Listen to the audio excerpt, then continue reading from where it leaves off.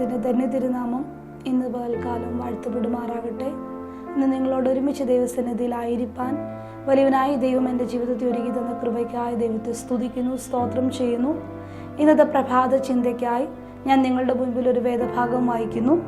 എബ്രായർക്ക് എഴുതിയ ലേഖനം 11-ാം അധ്യായം അതിൻ്റെ 1-ാം വാക്യം. വിശ്വാസം എന്നതോ ആശിക്കുന്നതിൻ്റെ ഉറപ്പും കാണാത്ത കാര്യങ്ങളുടെ നിശ്ചയമാകുന്നു.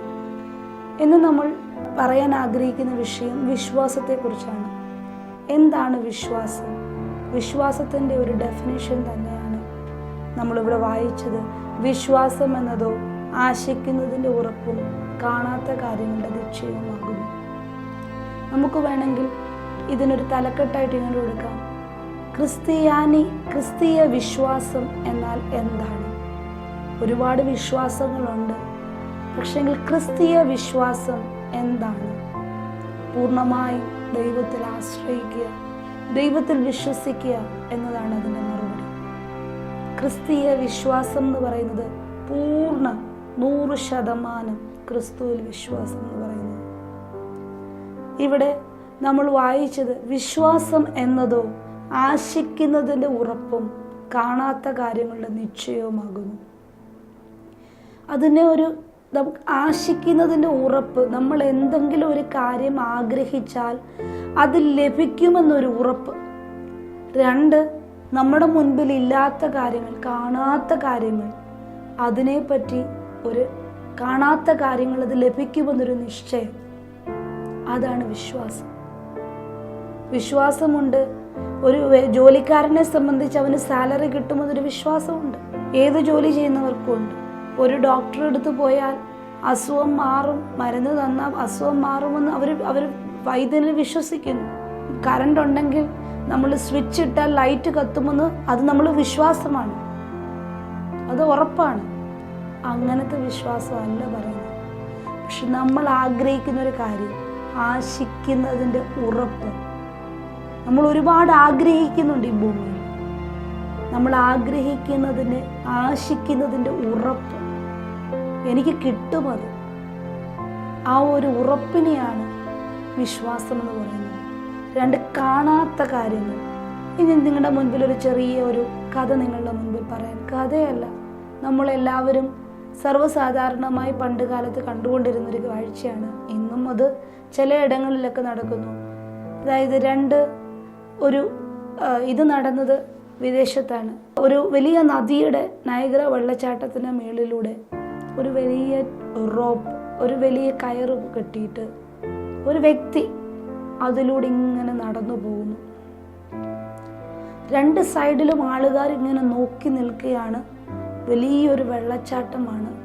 അതിനകത്തൂടെ, അതിൻ്റെ മേളിൽ കൂടെ ഈ കയറിൽ ഈ വ്യക്തി ഇങ്ങനെ നടന്നു പോവുകയാണ്. ആളുകളെല്ലാവരും ഹൃദയം സ്തംഭിച്ച് നിലയിൽ നോക്കിക്കൊണ്ടിരിക്കുകയാണ്. എന്ത് സംഭവിക്കും? ഒരു ചെറിയ കനം കുറഞ്ഞ കയർ, 2 ടവൽ ക്ലിപ്സിലാണ് ഇത് നിൽക്കുന്നത്. ആളുകൾ നോക്കി നിൽക്കുമ്പോൾ ഈ വ്യക്തി പതിയെ തൻ്റെ കാലുകൾ ഈ കയറിൽ പതുക്കെ ഉറച്ചു വെച്ചുകൊണ്ട് അദ്ദേഹം നടക്കാൻ തുടങ്ങി.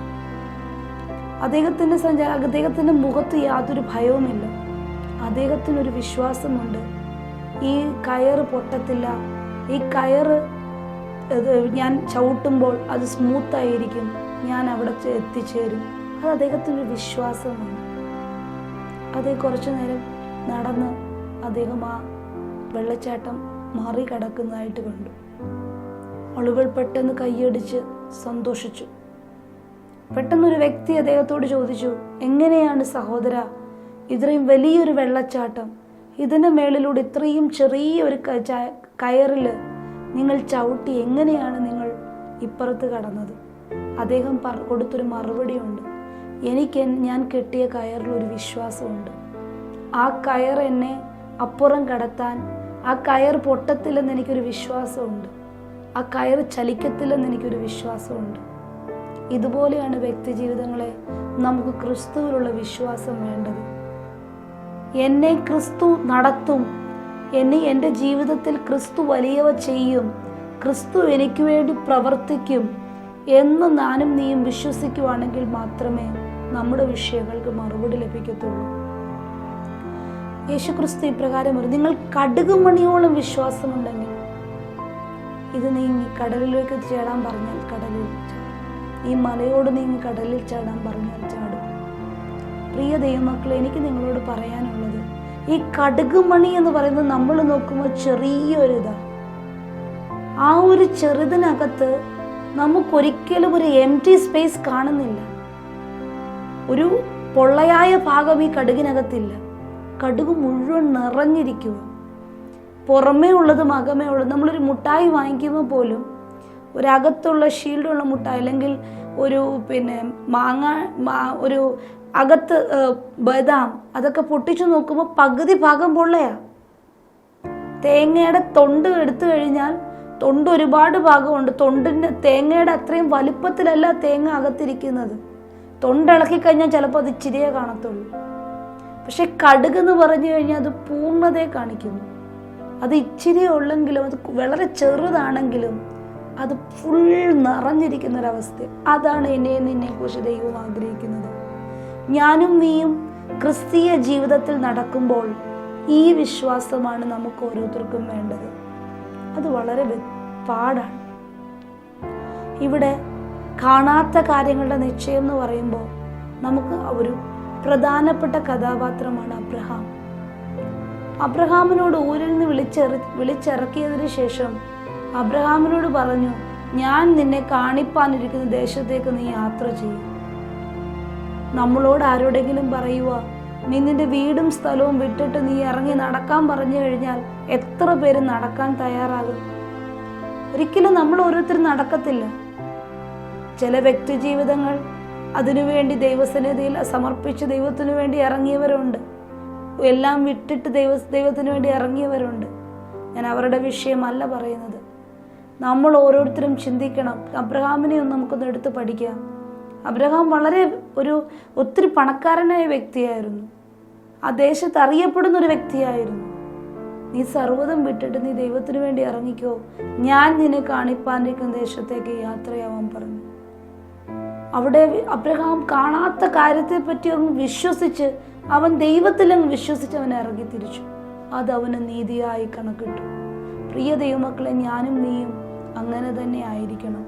ഒരുപക്ഷെ നീ രോഗക്കിടക്കയിലായിരിക്കാം ഈ ശബ്ദം കേൾക്കുമ്പോൾ നിങ്ങളായിരിക്കുന്നത്. പക്ഷെങ്കിൽ ഞാൻ നിങ്ങളോട് പറയുന്നു, ഈ രോഗത്തെ മാറ്റാൻ ഒരു ദൈവത്തിന് കഴിവുണ്ട്. എൻ്റെ യേശുവിന് കഴിവുണ്ട്. അവനിൽ നീ വിശ്വസിക്കുകയാണെങ്കിൽ നിന്റെ രോഗക്കിടക്ക ദൈവം മാറ്റിത്തരും. ഹാർട്ടിന് ഹോൾ ഉണ്ടാവുന്നവരുണ്ട്. കുഞ്ഞുങ്ങളുടെ ഹാർട്ടിന് ഹോൾ ഉണ്ടായത് കണ്ടിട്ട് എങ്ങനെ എൻ്റെ കുഞ്ഞിനെ കൊണ്ട് ഞാൻ എങ്ങനെ ആശുപത്രി പോകും, എനിക്കതിനുള്ള പൈസയില്ല. ഡയാലിസിസ് ചെയ്യുന്നവരുണ്ട്. കിഡ്നി ട്രാൻസ്പ്ലാന്റേഷന് വേണ്ടി വിധിച്ചവരുണ്ട്. ട്രാൻസ്പ്ലാന്റേഷൻ ചെയ്യണമെന്ന് പറഞ്ഞവരുണ്ട്. എൻ്റെ പൈസയില്ല ദൈവമേ, ഞാൻ എങ്ങനെ തരണം ചെയ്യും ഈ സാഹചര്യത്തെ എന്ന് ചോദിക്കുന്ന വ്യക്തി ജീവിതമാണോ നീ? നിന്റെ കടബാധ്യതയിൽ മുങ്ങി നിൽക്കുന്ന ജീവിതമാണോ നീ? ഭവനത്തിൽ സമാധാനമില്ലാതെ സന്തോഷമില്ലാതെ നീ ആയിരിക്കുന്ന വ്യക്തി ജീവിതമാണോ നീ? നീ യേശുവിൽ നീ വിശ്വസിക്കാൻ തയ്യാറാവുകയാണെങ്കിൽ നിന്റെ പ്രശ്നങ്ങൾക്ക് പരിഹാരമായി യേശു വരും. ഒരു ജോലിയില്ലാത്ത വ്യക്തിയാണോ? നിന്റെ തലമുറയ്ക്ക് ജോലിയില്ലാതിരിക്കുന്ന ഒരു സാഹചര്യമാണോ നിന്റെ മുൻപിലുള്ളത്? ഞാൻ നിങ്ങളോട് ആഹ്വാനം ചെയ്യുകയാണ്, ഈ യേശുവിൽ വിശ്വസിക്കുക. ഈ യേശു നിനക്ക് പൂർണ്ണതമായ ഒരു മറുപടി തരും. നിന്റെ കുഞ്ഞിന് അടുത്ത ദിവസം തന്നെ നിനക്ക് അതിനുള്ള മറുപടിയുമായി സ്വർഗത്തിലെ ദൈവം ഇറങ്ങി വരും. ഒറ്റ കാര്യം നീ ചെയ്യണം. നീ ആ ക്രിസ്തുവിൽ വിശ്വസിച്ച് അവന് വേണ്ടി ജീവിക്കാൻ നീ നിന്നെ തന്നെ ഏൽപ്പിച്ചു കൊടുക്കുകയാണെങ്കിൽ നിന്റെ അടുക്കിലേക്ക് ഇറങ്ങി വരുന്നൊരു സ്വർഗമുണ്ട്. അവൻ നിന്റെ വിഷയത്തിന് മറുപടിയുമായി നിന്റെ അടുക്കിലേക്ക് ഇറങ്ങി വരാൻ ആഗ്രഹിക്കുന്നു. നീ ഏതെങ്കിലും വിഷയത്തിൽ ജീവിതത്തിന്റെ വിവിധ മേഖലയിൽ എനിക്ക് സമാധാനമില്ല ദൈവമേ, എനിക്ക് സന്തോഷമില്ല ദൈവമേ, എൻ്റെ കൂട്ടുകാരെല്ലാം സന്തോഷിക്കുന്നു, എനിക്കൊരു സമാധാനമില്ല എന്ന് പറഞ്ഞ് നീറുന്ന വിഷയവുമായി നീ ഇറങ്ങി വന്നിരിക്കുകയാണോ?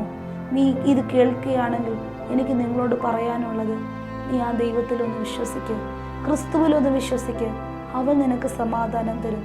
അവനിൽ വിശ്വസിച്ച് കഴിഞ്ഞാൽ നിനക്ക് വേണ്ടുന്നതെല്ലാം ഒരുക്കി തരും. ഒരുപക്ഷെ നിങ്ങൾ വിചാരിക്കും പറയാൻ എളുപ്പമാണ്.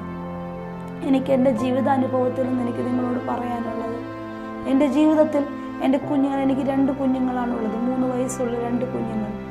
ആ കുഞ്ഞുങ്ങളെ സ്കൂളിൽ വിടാനായിട്ടുള്ള ക്രമീകരണങ്ങൾ ഞാൻ ചെയ്തപ്പോൾ എൻ്റെ കയ്യിൽ സ്കൂളിൽ വിടണം എന്ന് ആഗ്രഹമുണ്ട്.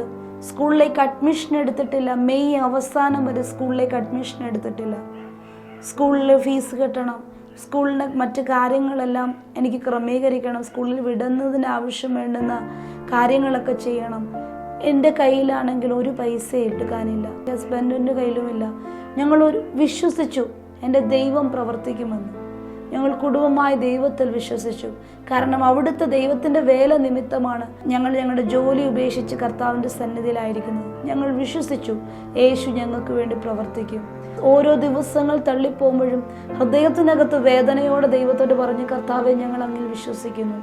അത്ഭുതമെന്ന് പറയട്ടെ, എൻ്റെ കുഞ്ഞുങ്ങൾ അമ്മയിൽ ലാസ്റ്റ് ആയപ്പോൾ തന്നെ ഞങ്ങൾക്ക് എവിടെ നിന്നല്ല ദൈവം, സ്വർഗത്തിലെ ദൈവം അതിലുള്ള ക്രമീകരണങ്ങൾ ഒരുക്കി. ഞങ്ങൾ അറിയാത്ത വഴികളിലൂടെ ദൈവം ഞങ്ങൾക്ക് വേണ്ടി ക്രമീകരണങ്ങൾ ഒരുക്കി. ദൈവം ഞങ്ങളെ അനുഗ്രഹിച്ചു. ആ കുഞ്ഞുങ്ങളെ ഇന്ന് സ്കൂളിൽ ചേർത്ത് പഠിപ്പാൻ, ഏറ്റവും CBSE സ്കൂളിൽ തന്നെ പ്ലേ സ്കൂളിൽ ചേർപ്പാൻ സ്വർഗത്തിലെ ദൈവം സഹായിച്ചു. ഈ ദൈവമാണ് എൻ്റെയും ദൈവം. നീ ഒറ്റ കാര്യം ചെയ്താൽ മതി, ഈ ക്രിസ്തുവിലെന്ന് വിശ്വസിക്കുക. എനിക്ക് ലഭിക്കും, ഞാൻ എഴുതുന്ന എക്സാം പാസ്സാവും, എനിക്ക് ജോലി ലഭിക്കും, എനിക്ക് വിടുതൽ ലഭിക്കും, എനിക്ക് തലമുറ ലഭിക്കും, എൻ്റെ വിവാഹം നടക്കും, എൻ്റെ ആവശ്യത്തിന് ദൈവം മതിയാവിനായി പ്രവർത്തിക്കും, എൻ്റെ കടം മാറും, എൻ്റെ ദുഃഖങ്ങൾ മാറും, എൻ്റെ ഭർത്താവ് സമാധാനമുള്ളവനാകും, എൻ്റെ ഭർത്താവിൻ്റെ രോഗാവസ്ഥ മാറും, എൻ്റെ കുഞ്ഞുങ്ങൾ നല്ല നിലയിലാകും. വിശ്വസിക്ക്. ഇതെല്ലാം നിനക്ക് വരണമെങ്കിൽ യേശുവിൽ നീ വിശ്വസിക്കണം. യേശുവിൽ വിശ്വസിച്ചാൽ നിന്റെ പ്രശ്നങ്ങൾക്കെല്ലാം പരിഹാരം യേശു തരും. അതിനായി ഞാൻ നിങ്ങളെ ആഹ്വാനം ചെയ്യുന്നു. നമുക്കൊരുമിച്ചൊന്ന് പ്രാർത്ഥിക്കാം. സ്നേഹവാനായ ഞങ്ങളുടെ നല്ല ദൈവമേ, ഈ നല്ല സമയത്തിനായി ഞങ്ങൾ സ്തോത്രം ചെയ്യുന്നു. കർത്താവെ, അവിടുത്തെ വചനവുമായി അങ്ങയുടെ സന്നിധിയിലായിരുന്നു. കർത്താവെ, ഇത് കേൾക്കുന്ന നിന്റെ ജനത്തെ കർത്താവിൻ്റെ കരങ്ങളിൽ ഏൽപ്പിക്കുന്നു. എൻ്റെ പിതാവേ, അവരുടെ ഹൃദയത്തിൻ്റെ അവസ്ഥയെ അറിഞ്ഞ്, അവരുടെ പ്രശ്നം അറിഞ്ഞ്, അവരുടെ വേദന അറിഞ്ഞ് ദൈവം അവർക്ക് വേണ്ടി പ്രവർത്തിക്കണമേ എന്ന് ഞങ്ങൾ അങ്ങയോട് പ്രാർത്ഥിക്കുന്നു.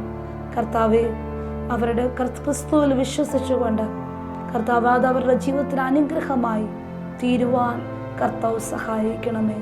അവിടുത്തെ കരങ്ങളിലേക്ക് ഒരു പ്രാവശ്യം കൂടി ഏൽപ്പിക്കുന്നു. പ്രാർത്ഥന ഘടത്തിനായ സ്തോത്രം യേശുവിന്റെ നാമത്തിൽ തന്നെ. ആമേൻ.